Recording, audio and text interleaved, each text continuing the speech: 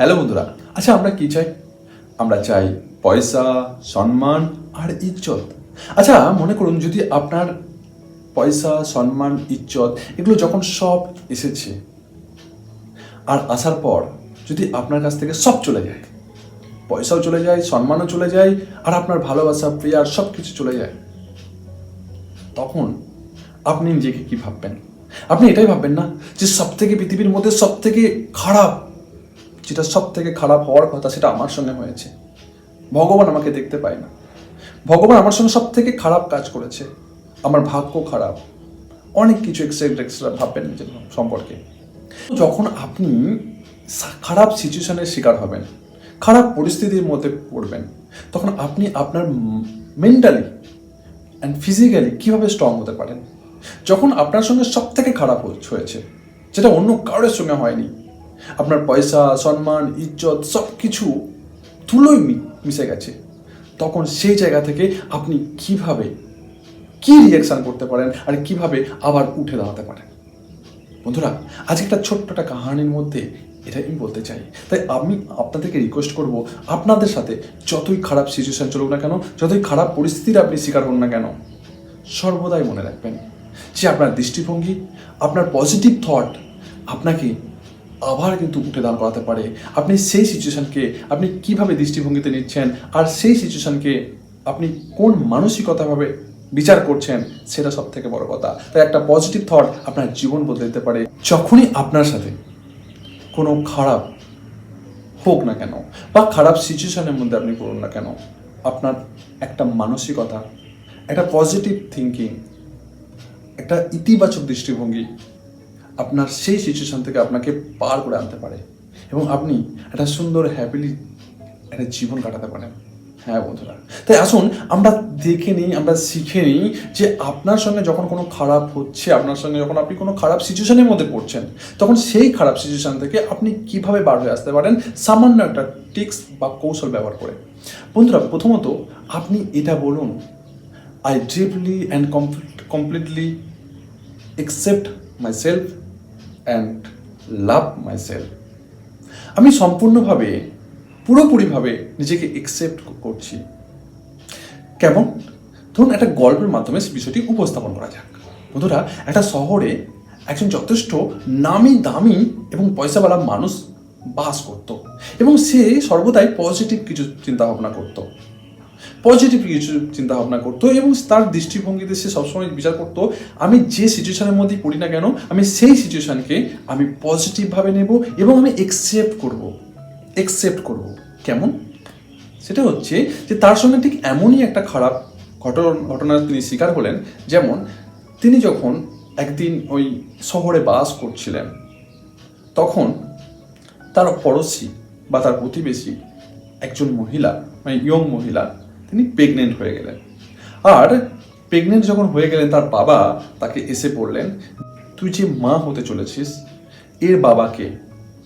তা প্রথমত মহিলাটি স্বীকার করছিলেন না, তারপর তাকে অতিরিক্ত অত্যাচার এবং মারধর করার পর মহিলাটি বলে ফেললেন যে আমাদের শহরেই যিনি ওই খ্যাতনামা এবং নামি দামি যে লোকটি বাস করেন, উনি হচ্ছেন আমার এই বাচ্চার বাবা। তিনি রেগে গেলেন, সেই মহিলাটির বাবা প্রচণ্ড রেগে গেলেন এবং তার কাছে গেলেন এবং জঘন্য ভাষায় গালাগালি করলেন এবং তিনি তাকে অনেক কিছু বললেন। কিন্তু এই সব কথাগুলো শুনে সেই মানুষটি, তিনি শুধু একটি কথাই বললেন, ওকে, এই ব্যাপার। আর তিনি অনেক কিছু শোনার পরও তিনি কোনো রিয়াকশান করলেন না। আর সেই মহিলাটির বাবা তাকে অনেক কিছু বলে সেখান থেকে চলে গেলেন। পরক্ষণে সেই মহিলাটির বাচ্চার জন্ম দিলেন। তখন সেই বাচ্চাটিকে নিয়ে সেই মহিলাটির বাবা আবার তার কাছে এসে বললেন, এনেন আপনার বাচ্চা। আর তিনি তাকে দিয়ে দিলেন। কিন্তু তখনও তিনি কোনো প্রতিক্রিয়া করলেন না। আর তিনি তখন বললেন, ওকে, এই ব্যাপার। আর তিনি সেই বাচ্চাটিকে নিয়ে তিনি 1 বছর 1.5 বছর হয়ে গেছে, তিনি খুব কেয়ার করতে লাগলেন, খুব লালন পালন করতে লাগলেন এবং স্নেহ ভালোবাসা দিয়ে বড় করতে লাগলেন। এই বিষয়টি যখন 1-1.5 বছর হয়ে গেল, আর সেই মহিলাটির মনে একটা প্রতিক্রিয়া দেখা দিল এবং তখন সে তার ভুল বুঝতে পারলো আর তার বাবাকে গিয়ে বলল, বাবা, অ্যাকচুয়ালি আমার যে বাচ্চা, এই বাচ্চার বাবা ওই খ্যাতনামা এবং দামি এবং নামী সুনামধন্য লোকটি নয়। আমার এই বাচ্চার বাবা ওই বাজারের একজন মুদিখানা দোকানদার। তখন সেই লোকটি বুঝতে পারলো যে তিনি কত বড় ভুল করেছেন এবং পরক্ষণে তিনি তার কাছে গেলেন এবং তিনি স্বীকার করলেন, তার ভুল স্বীকার করলেন এবং ক্ষমা চাইলেন। বন্ধুরা, একটা গল্প, এই গল্পের মধ্যে দিয়ে আমরা এটাই উপস্থাপন করতে চাইছি যে আপনার সঙ্গে যখনই কোনো বুড়ো কাজ হোক না কেন, খারাপ কাজ হোক না কেন, বা আপনাকে কেউ উল্টো সিধা দোষারোপ করছে, আপনি যদি বাক বিতণ্ডায় জড়িয়ে যান তাহলে সেটার থেকে নিস্তার পাওয়ার কোনো উপায় নেই। আপনি আরও বাক বিতণ্ডায় চলে যাবেন। হ্যাঁ, অবশ্যই আপনার সঙ্গে যে অত্যাচার হচ্ছে সেই অত্যাচারের অবশ্যই প্রতিকার চাইবেন, কিন্তু কখনো ছোট ছোট যখন আপনার সঙ্গে কখনো খারাপ কাজ হয়, যখন আপনি যেটা নন সেটাও আপনাকে দোষারোপ করা হয়, তখন আমার মনে হয় সেটা একসেপ্ট করাই সব থেকে বেস্ট। আর আপনি এটা সর্বদাই মনে করুন যে I deeply and completely accept my self and love my self. দেখবেন আপনার সঙ্গে আজ হোক, কাল হোক, 1 বছর পর হোক আর 20 বছর পর হোক, আপনার সঙ্গে মিরাক্কেল হবে। আপনি যারা আপনাকে এই জন্য দোষী সাব্যস্ত করেছে বা খারাপ সিচুয়েশনের মধ্যে ফেলেছে, তারা একদিন তাদের ভুল বুঝতে পারবে আর তারা অবশ্যই তারা ক্ষমা চাওয়ার জন্য আপনার কাছে আসবে এবং তারা নিজেদের ভুল বুঝতে পেরে তাদেরকে সংশোধন করার চেষ্টা করবে। তাই আমাদের যতই খারাপ সিচুয়েশনে পড়ি না কেন, আমাদের মনে হয় আমাদেরকে একসেপ্ট করাটাই সব থেকে বেস্ট। তাই ছোট ছোট বিষয় নিয়ে নিজেদেরকে একসেপ্ট করতে শিখুন। কখনো ঝগড়া ঝাঁটি অশান্তির মধ্যে না পড়ে বিষয়টিকে একসেপ্ট করুন আর চলুন, আগে চলুন। দেখুন আপনার সঙ্গে মিরাক্কেল হবে। হ্যাঁ বন্ধুরা, যেমন আরেকটি ঘটনায় আপনাদের সামনে উপস্থাপন করা যাক। একটি লোক লটারিতে অনেক টাকা পেয়েছিল। টাকা পাওয়ার পর সে একটি গাড়ি কিনলো। গাড়ি কেনার পর তার বন্ধুরা সবাই এলো আর বললো, বাহ, তোর সঙ্গে মিরাক্কেল হয়েছে, তুই লাকি আদমি, খুব ভাগ্যবান আদমি, তুই লটারিতে এত টাকা ছিল, তারপর তুই গাড়ি নিয়েছিস, চল পার্টি দে।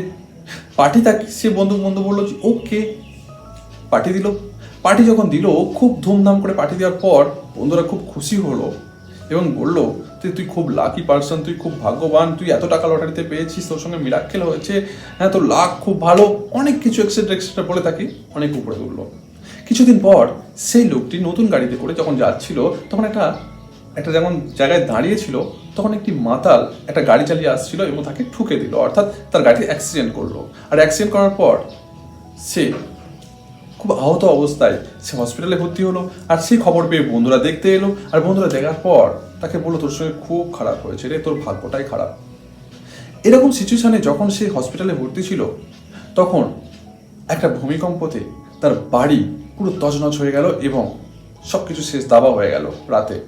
তখন বন্ধুরা সেই খবরটা আবার তার কাছে নিয়ে এলো আর বললো, কি ভাগ্যি, তুই আহত হয়েছিলি, তোর সামান্য পায়ে লেগেছে, তুই হসপিটালে ভর্তি ছিলি, আজকে তুই যদি বাড়িতে থাকতিস তাহলে এই সময় তুই বাড়িতেই থাকতিস শিওর, আর তোর ঘর বাড়ি সব ধ্বংস হয়ে গেছে আর তুই মারা যেতিস। লোকটি তবু বললো ওকে।